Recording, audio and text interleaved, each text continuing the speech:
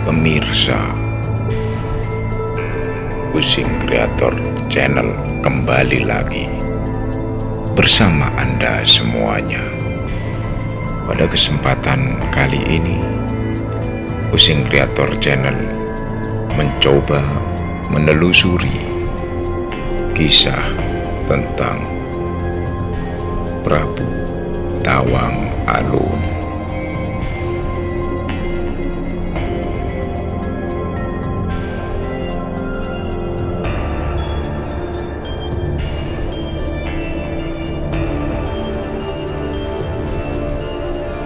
Ini berada di petilasan Prabu Tawang Alun, dan mari kita masuk ke dalam.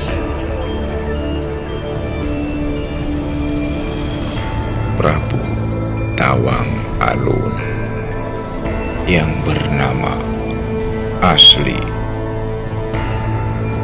Syekh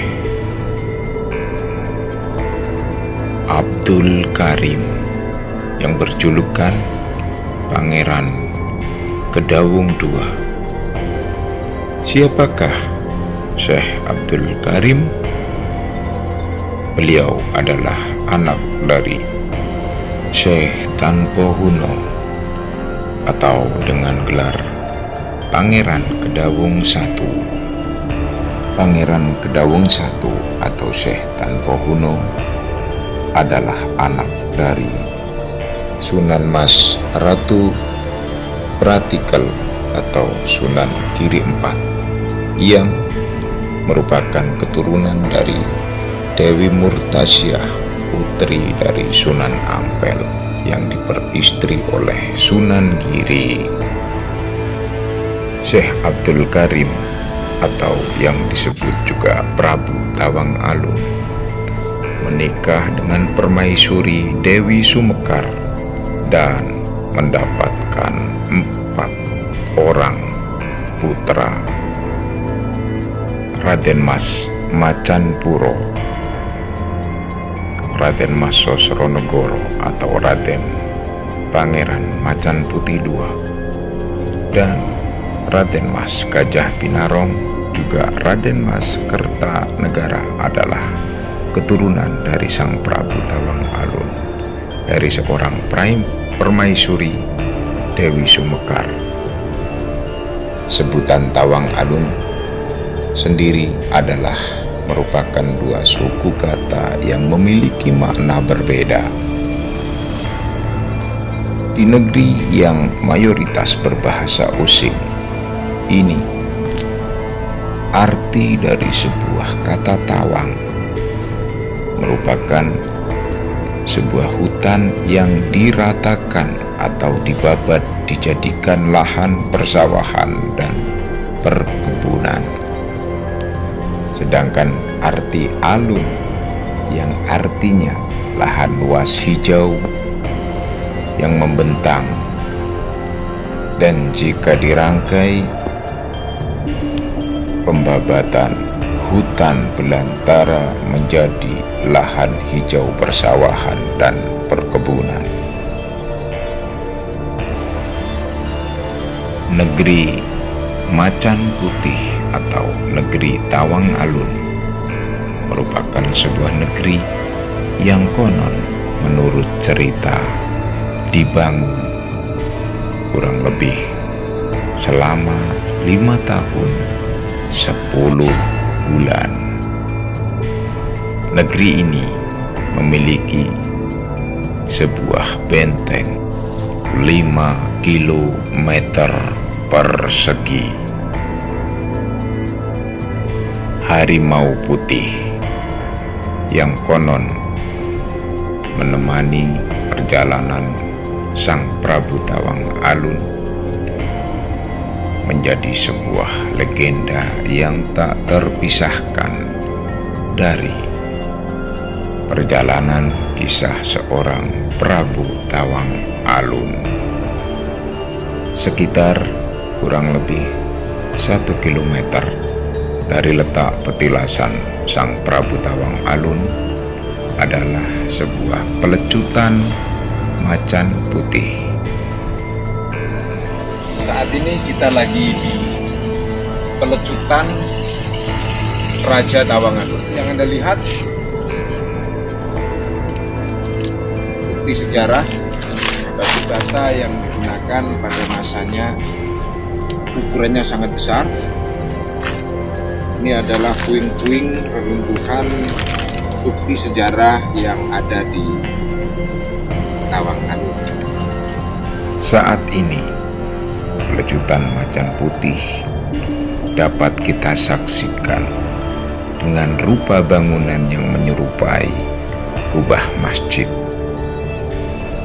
Diyakini oleh masyarakat sekitar bahwa pelecutan macan putih adalah bagian yang tak terpisahkan dari keraton Macan Putih, dan pelecutan sendiri diambil dari sebuah kata, menghilangnya harimau putih yang pada saat itu menemani sang Prabu Tawangalun dalam perjalanannya. Saat ini banyak bisa kita lihat dan saksikan bersama tumpukan bekas batu bata untuk membangun kerajaan Tawangalun pada masanya. Ukurannya sangat besar. Bisa Anda lihat ini adalah potongan-potongan ya, yang mana mungkin kurang lebih nanti panjangnya adalah 2 ukuran tangan saya. Setelah menelusuri pelecutan macan putih, segera kami menuju ke arah petilasan Prabu Tawangalun. Di petilasan inilah sang Prabu melakukan aktivitas kesehariannya, memimpin dan mengajarkan ilmu-ilmu agama kepada penganutnya. Dan di tempat inilah beliau, sang Prabu Mukso, pada akhirnya. Pada saat itu VOC Belanda mendengar dengan kearifan lokal yang diajarkan oleh sang Prabu, dan mereka merasa resah dengan kepemimpinan sang Prabu Tawangalun. Akhirnya mereka melancarkan serangan demi serangan, dan tentunya banyak korban berceceran. Sebagai seorang pemimpin, beliau senantiasa tidak pernah meninggalkan ajaran yang telah diajarkan oleh para leluhurnya. Semakin banyaknya korban akhirnya membuat beliau berpikir dan mengambil keputusan untuk bertapa berata atau berholwat. Pemirsa, sementara itu Belanda semakin menjadi-jadi. Bertepatan pada masa itu, masyarakat mengalami masa paceklik. Sangat jarang sekali dan sulit sekali masyarakat mendapatkan makanan dan untuk bertahan hidup. Tidak tinggal diam, Belanda pun menggunakan kesempatan bahwa barang siapa yang mau mendapatkan makanan secara mudah dan diberikan hadiah yang besar oleh Belanda, maka mereka harus datang dengan membawa satu wadah batu bata benteng istana yang sudah ditumbuk halus oleh masyarakat. Mendengar hal itu, akhirnya rakyat ramai-ramai merobohkan benteng yang tinggi 7 kaki dan memiliki lebar 3 meter tersebut.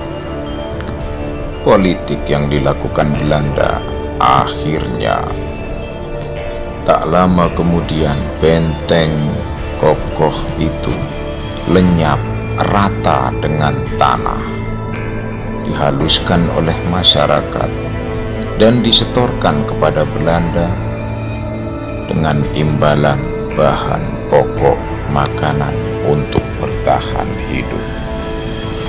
Sementara itu, Sang Prabu yang melakukan tapa berata atau berkhulwat akhirnya musnah, menghilang. Ditulis dalam sebuah kumpulan lontar yang bertuliskan pegon atau ejaan Arab, yang menjadi bukti bahwa Prabu Tawang Alun adalah seorang muslim keturunan dari Sunan Giri. Kami, tim Using Kreator Channel, sengaja menelusuri demi melestarikan sejarah Nusantara.